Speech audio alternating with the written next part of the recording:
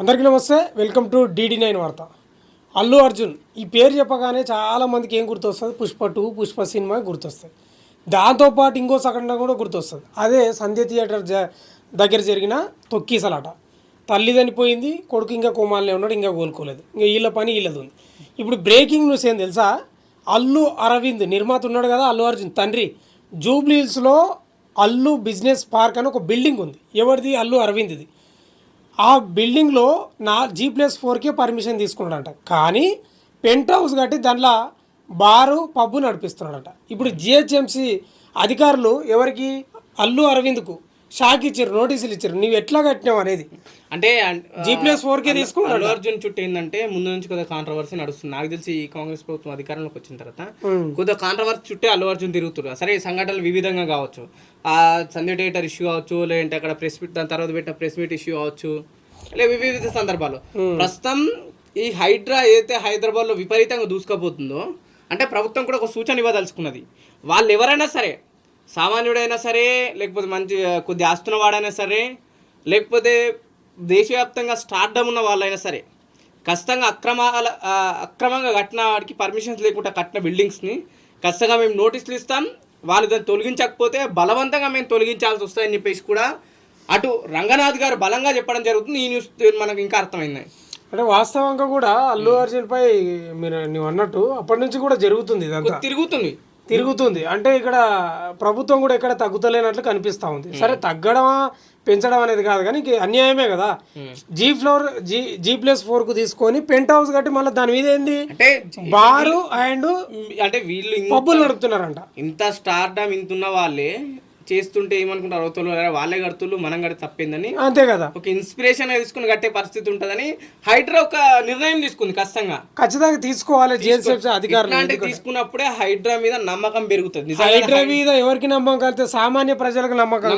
నేను అదే ఇట్లాంటి వాళ్ళ కూల్చేసినప్పుడే నిజంగా వాళ్ళు ఎవరైనా సరే ఖచ్చితంగా మేము చర్యలు తీసుకున్న కూల్చేస్తాం అన్నప్పుడే హైడ్రాని చాలా మంది నమ్మే పరిస్థితి ఉంటుంది. అంటే ఇప్పుడు అల్లు అరవింద్ కూడా ఇక ఏ స్టేట్మెంట్స్ ఇస్తారో తెలియదు, కానీ మొత్తం మీద అయితే అది కంపల్సరీ నువ్వు తీసేయాలని చెప్పారంట. సార్, తీసేశారు ఖచ్చితంగా. ఇప్పుడు మనం జూబ్లీ చెక్ పోస్ట్ దగ్గర నర్సరీ కూడా పెద్ద ఎత్తున తీసేసిళ్ళు, తర్వాత ఇక్కడ హైటెక్ సిటీ దగ్గర కూడా తీసేసిళ్ళు.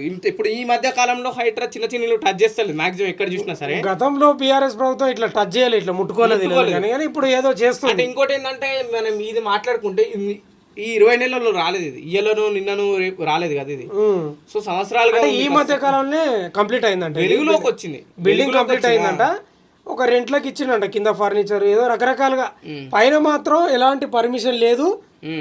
బార్ అండ్ పబ్కి జూబ్లీ హిల్స్లా అందరు ఉండే ఏరియా అది. అనవసరంగా పబ్బులకి ఇస్తే ఊకుంటారా అధికారులు కూడా? అంటే వాస్తవంగా కూడా అల్లు అరవింద్ కాదు, నాగార్జున కాదు, ఎవరైనా సరే ప్రభుత్వానికి అని చెప్పేసి లోబడి ఉండాలి ప్రభుత్వ నియమాలకు. అంటే నిజంగా హైడ్రా ఇట్లాంటి నిర్ణయాలు తీసుకున్నప్పుడు, కఠినమైన నిర్ణయాలు తీసుకున్నప్పుడే అవతల అల్లు అర్జున లేకపోతే ఇంకోళ్ళని కాకుండా నిర్ణయాలు తీసుకున్నప్పుడే హైడ్రా పైన పేద ప్రజలకు నమ్మకం ఏర్పడుతుంది, హైడ్రాకి సపోర్ట్ చేసే పరిస్థితి వస్తుంది. ఇప్పుడు అల్లు అర్జున్కి ఎంతో కొంత ఇన్ఫ్లుయెన్స్ ఉంటుంది. వాళ్ళ మామ కాంగ్రెస్ పార్టీలో కీలకమైన లీడర్, లేదు వాళ్ళ మామని నిలబెట్టు సీఎం రేవంత్ రెడ్డి లాంటి వాళ్ళు అల్లు అరవింద్ పర్సనల్ కట్టచ్చు. ఎందుకంటే చాలా సందర్భాల్లో చూసినాం మనం. ఇటు ఏపీకి పోతే వాళ్ళ మామయ్య డిప్యూటీ సీఎం, వాళ్ళకి రాజకీయం పెద్ద పేరే ఉన్నది. సో ఇట్లాంటి వాళ్ళని వద్దు, మనకి పెద్దవాళ్ళు మనం ముట్టుకోవద్దు, పార్టీకి ఇబ్బంది అవుతుంది, లేకపోతే వాళ్ళ ఫ్యాన్స్ నుంచి ఇంకేదైతే అనుకుంటే మాత్రం ఖచ్చితంగా గ్రౌండ్ లెవెల్లో ఎలక్షన్ టైంలో ప్రభుత్వానికి ఇబ్బంది పడుతుంది. సో నోటీసులు ఇచ్చిళ్ళు దాని వెంటనే. ఇప్పుడు ఆయనకి ఎవరు పరిచయం ఉన్నా, వాళ్ళ మామ కాంగ్రెస్ అయినా, ఆయన డిప్యూటీ సీఎం అయినా, చట్టానికి అందరు లోపాలి. మేము అదే ఆ ప్రలోభాలకు లొంగకుండా ఆ కఠినమైన చర్యలు తీసుకుంటే ఖచ్చితంగా ఆ హైడ్రా సక్సెస్ఫుల్ గా ముందుకు పోతాయని చెప్పేసి. అయితే వాస్తవంగా కూడా హైడ్రా పై ఎందుకు వ్యతిరేకత వచ్చిందంటే వీళ్ళని పట్టుకోకుండా పేదల దగ్గర పడరు. మీరు ఇంకోటి గమనించి, అది పరిచయం అల్లు అర్జున్ కి నోటీస్ ఇచ్చిళ్ళు. ఇప్పుడు నాకు తెలిసి ఇయ్యాల వచ్చిన న్యూస్ కాదు, ఈ రోజు కాస్త మనకి ఎక్కువైంది, కానీ కొన్ని రోజుల క్రితం న్యూస్ వచ్చింది. అవునవును, ఇదే సున్నం చెరువు కావచ్చు, లేకపోతే బతుకమ్మ కుంట దగ్గర కావచ్చు, ఇతర కొన్ని ప్లేస్లలో నోటీసులు ఇవ్వలేరు వాళ్ళకి, డైరెక్ట్ హైడ్రా కూల్ చేసింది. మీరు చూడండి, సాటర్డే సండే కూల్ చేసింది. ఇక్కడ మనకు గండిపేట దగ్గర మణికొండ దాటితే గండిపేట చెరువు దగ్గర కూడా కొన్ని ఫ్లాట్లు కూల్పేసింది. అట్లానే మనకు ఇటు పటాన్ చెరువులో అక్కడ కూల్ చేసింది. చాలా వరకు నోటీసులు ఇవ్వకుండానే. సో ఇట్లాంటి వాళ్ళకి నోటీసులు ఇస్తుంది. నిజం సరే, తప్పేం లేదు, గతంలో మీరు చర్యలు తీసుకున్నారు స్పీడ్గా, నోటీసులు ఇవ్వడం తప్పు అంటలేము. సో నిజంగా వాళ్ళు కోర్టులో స్టే చేసినా ఇంకోటి ఏది చేసినా సరే దాన్ని తొలగిస్తే బాగుంటుంది. అంటే చేయాలి, ఎందుకంటే ప్రజలకు కూడా ఒక నమ్మకం కలగాలి. చట్టం ముందు అందరు సమానులే.